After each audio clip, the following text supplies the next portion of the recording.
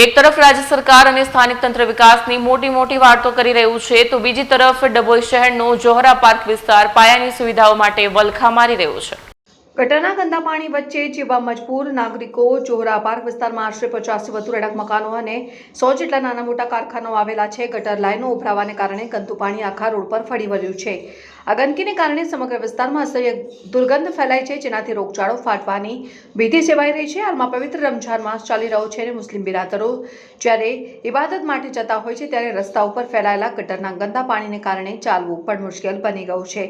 વારંવારની રજૂઆતો છતાં આ પવિત્ર માસમાં પણ નગરપાલિકાએ સફાઈ કે નિકાલની તસદી લીધી નથી। ટેક્સ ભરીએ છીએ તો સુવિધા કેમ નથી? સ્થાનિક રહીશોનો આક્ષેપ છે કે તેઓ નિયમિતપણે નગરપાલિકામાં વેરો ભરે છે, તેમ છતાં જ્યારે સુવિધા આપવાની વાત આવે છે ત્યારે તંત્ર હાથ ઊંચા કરી દે છે। જો આગામી દિવસોમાં ગટરની આ ગંભીર સમસ્યાનો કાયમી નિકાલ નહીં આવે તો ડભોઈના જાગૃત નાગરિકો દ્વારા ઉગ્ર આંદોલન કરવાની ફરજ પડશે। વર્ષથી અહીં પાણી નીકળવાનું ચાલુ થયું છે, હજુ તક એનો પ્રોબ્લેમ સોલ્વ થતું નથી। અમે પૈસા બી ઉઘરાઈને રાખ્યા છે, એમને ભરવા બી જઈએ છીએ, પેલા પણ એમને ભરવા પણ વારંવાર અમને પાછા જ મોકલી આપે છે। હું થયું છે હું ખબર નહીં।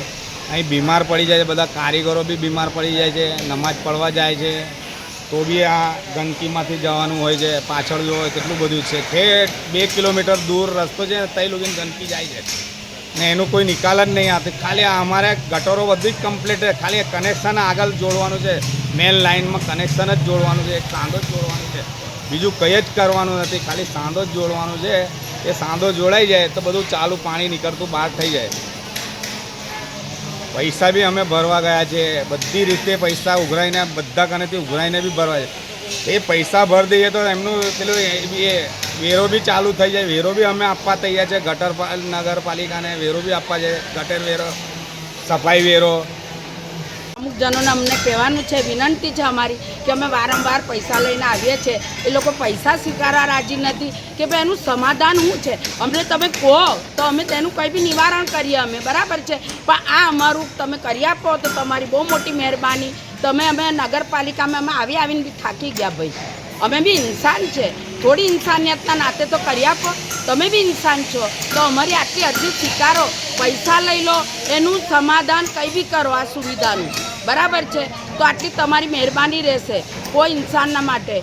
આ પગલાં પડે છે, અમે કેવી રીતે જઈએ ને આવીએ, છોકરા સ્કૂલ કેવી રીતે જાય, મદ્રસે કેવી રીતે જાય, આ રસ્તો એક જ છે ભાઈ મારા।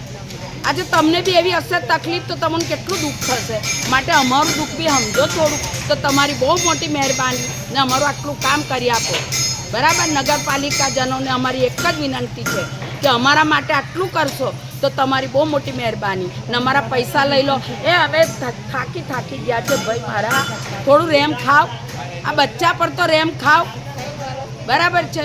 હા, વિડીયો જર્નાલિસ્ટ ફઝલ રઝા ખત્રી સાથે સત્યા ટીવી ન્યૂઝ ડભોઈ।